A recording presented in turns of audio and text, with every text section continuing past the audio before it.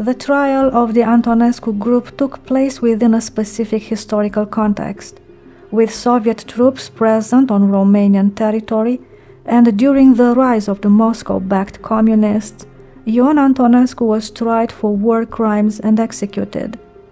Being a sensitive and controversial topic, I encourage you to approach it with common sense.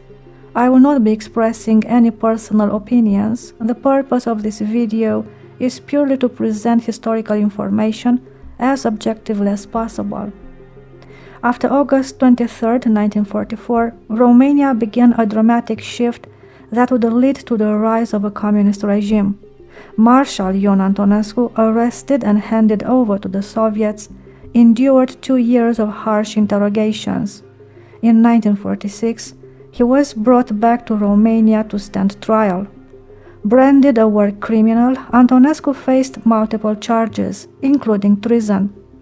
But in the tense political atmosphere of the time, with Soviet troops still on Romanian soil, a fair trial was virtually impossible. The trial of the Antonescu group was conducted under Law No. 312, issued on April 12, 1945, aimed at identifying and punishing those responsible for the country's downfall and for war crimes. According to the law, those found guilty of war crimes were to be sentenced to death or to life at hard labor. Trials of leaders from defeated nations took place in other countries as well. At the Nuremberg Tribunal, 4 categories of crimes were defined: conspiracy, crimes against peace, war crimes, and crimes against humanity. The People's Tribunal was an ad hoc court made up of individuals lacking the legal expertise required for such a serious trial. Its president, Alexandru Voitin Voitinovich, was only 28 years old and reportedly had ties to the communist leader Lucreciu Pătrășcanu. The public prosecutors included Vasile Stoian, an entirely unknown jurist, Constantin Dobrian, a preliminary judge from Timișoara, and Dumitru Săracu, a former cook with no legal training whatsoever. The indictment carefully avoided any mention of Soviet imperialism, the threat the USSR posed to the Romanian state, or the events of 1940, when the Soviet Union annexed Basarabia and northern Bukovina.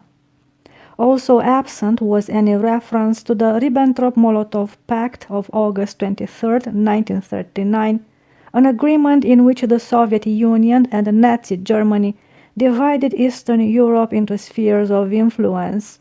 The main charge against Marshal Antonescu was his alliance with Nazi Germany.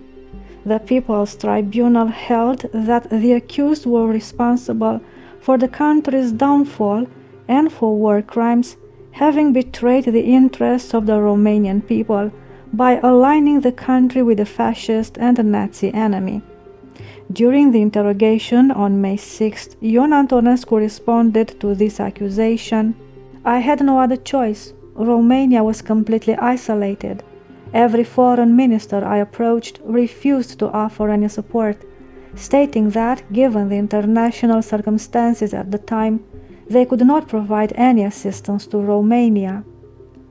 During the trial, Antonescu's dictatorial regime was defined as fascist and under the complete control of Berlin. In an attempt to discredit the leaders of democratic parties, the court sought to link certain democratic politicians, such as Iuliu Maniu and Constantin Brătianu, to Antonescu's regime. They were presented as promoters of fascism, as they posed a threat to the Soviet plan of imposing a communist regime in Romania. The entire trial unfolds rapidly between May 6th and 17th, 1946.